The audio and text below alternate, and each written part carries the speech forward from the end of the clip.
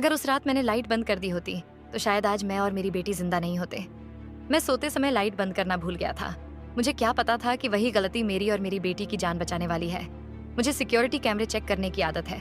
उस रात भी यूं ही फोन उठाया और जो देखा उससे दिल धड़कना ही भूल गया। 3 अजनबी हमारे घर में घुस चुके थे। मेरे दिमाग में सिर्फ एक ही बात गूंज रही थी, किसी भी हालत में अपनी बेटी को बचाना है। मैं भागकर उसके कमरे में गया, पानी की बोतल उठाई और हल्के से उसके चेहरे पर छींटे मारे। उसने आंखें खोली। मैंने बिना बोले इशारे से उसे चुप रहने को कहा, फिर उसका हाथ पकड़ा और हम धीरे धीरे नीचे की ओर भागे। लेकिन जैसे ही हम हॉलवे में निकले, 2 नकाबपोश लुटेरे सामने खड़े थे। उस पल मेरा दिमाग लगभग काम करना बंद कर चुका था। घबराकर मैं अपनी बेटी को खींचकर लिफ्ट में घुस गया। लेकिन जैसे ही हम ग्राउंड फ्लोर पर पहुंचे, वहां और लुटेरे पहले से इंतजार कर रहे थे।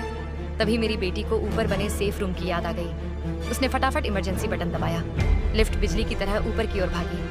लुटेरे बस हमें जाते हुए देखते रह गए। लिफ्ट रुकी और हम पूरी ताकत से सेफ रूम की ओर दौड़े। हमने दरवाजा बंद किया। ठीक उसी पल बाहर लुटेरे गुस्से से दरवाजा पीटने लगे। हम दोनों कोने में सिमट गए। दिल ऐसा धड़क रहा था जैसे बाहर निकल आएगा। मैंने सेफ रूम के फोन की तरफ देखा और पुलिस को कॉल करने के लिए उठाया।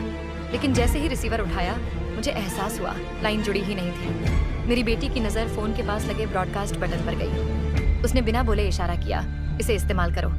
हमने घोषणा की कि हमने पुलिस को बुला लिया है और उन्हें चले जाना चाहिए। लेकिन लुटेरे हंसने लगे। उन्होंने कहा, सेफ रूम में कोई फोन नहीं होता। फिर उन्होंने नया खेल खेला, अगर बाहर आओगे तो हम तुम्हें जाने देंगे। लेकिन मुझे पता था ये सिर्फ झूठ था। हम किसी भी हाल में बाहर नहीं आने वाले थे। अब वे और इंतजार नहीं करने वाले थे। उन्होंने स्टील के दरवाजे में ड्रिल करना शुरू कर दिया। मैं कैमरों पर देख रहा था और तभी मुझे समझ आया वे क्या करने वाले हैं। मैंने तुरंत अपनी बेटी से कहा, नीचे झुको। मैं कमरे में कुछ भी ढूंढने लगा जो हमें बचा सके। आखिरकार मुझे एक डक्ट टेप मिली। मैं वेंट की तरफ भागा, उसे बंद करने की कोशिश की, लेकिन हवा का प्रेशर इतना तेज था कि टेप टिक ही नहीं रही थी। खतरा अब बिल्कुल पास आ चुका था। मैं स्टोरेज बॉक्स की तरफ दौड़ा। घबराहट में हाथ कांप रहे थे। तभी मुझे मिला फायर स्टार्टर। उसी पल मेरे दिमाग में एक पागल सा प्लान आया।